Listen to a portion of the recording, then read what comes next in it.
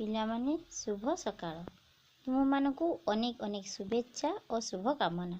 ଆଶା କରୁଛି ତୁମେମାନେ ସମସ୍ତେ ଘର ପାଖରେ ନିଶ୍ଚିତ ଭାବରେ ଭଲରେ ଥିବ। ସକାଳେ ସନ୍ଧ୍ୟାରେ ଗୁରୁଜନମାନଙ୍କୁ ପ୍ରଣାମ କରୁଥିବ। ଆଉ ଯଦି ପ୍ରଣାମ କରୁଥାଉ ତାହେଲେ ବହୁତ ଭଲ କଥା। ଆଜି ମୁଁ ତୁମକୁ ଋତୁ ବିଷୟରେ କହିବି। ସାଧାରଣତଃ ଋତୁ ହେଉଛି 6ଟି। ଗ୍ରୀଷ୍ମ ଋତୁ, ବର୍ଷା ଋତୁ, ଶରତ ଋତୁ, ହେମନ୍ତ ଋତୁ, ଶୀତ ଋତୁ ଓ ବସନ୍ତ ଋତୁ। ଏହି 6ଟି ଋତୁ ଭିତରୁ ଆମେ 3ଟି ଋତୁକୁ ଅନୁଭବ କରିଥାଉ। ସେହି 3ଟି ଋତୁ ହେଉଛି ଗ୍ରୀଷ୍ମ ଋତୁ, ବର୍ଷା ଋତୁ ଏବଂ ଶୀତ ଋତୁ। ଗ୍ରୀଷ୍ମ ଋତୁକୁ ଖରା ଦିନ, ବର୍ଷା ଋତୁକୁ ବର୍ଷା ଦିନ ଏବଂ ଶୀତ ଋତୁକୁ ଶୀତ ଦିନ ବୋଲି କହିଥାଉ। ଆଜି ମୁଁ ତୁମକୁ ଆସ ଛବି ଦେଖି କହିବା ପୁସ୍ତକରେ ଥିବା ଖରା ଦିନ, ବର୍ଷା ଦିନ ଓ ଶୀତ ଦିନ ବିଷୟଟିକୁ ପଢ଼ାଇବି। ଏବେ ତୁମେମାନେ ବହିଟିକୁ ଖୋଲି ଚିତ୍ରଗୁଡ଼ିକ ଦେଖ। ମୁଁ ଯାହା କହୁଛି ମନ ଦେଇ ଶୁଣ। ବର୍ତ୍ତମାନ ଆମେ ଖରା ଦିନର ଚିତ୍ରକୁ ଦେଖିବା। ଖରା ଦିନରେ ଟାଣ ଖରା ହୁଏ।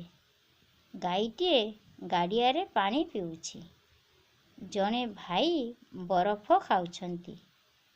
ଅଜା ବିଞ୍ଚଣାରେ ବିଞ୍ଚି ହୋଇ ଓଃ କି ଗରମ ବୋଲି କହୁଛନ୍ତି।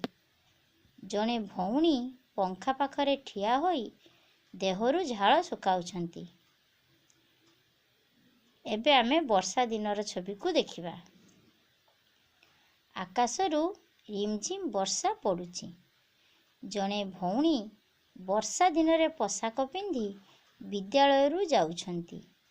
ଜଣେ ଲୋକ ଛତା ଧରି ଘରକୁ ଯାଉଛନ୍ତି। ଖୁବ୍ ଜୋରରେ ପବନ ବହୁଛି।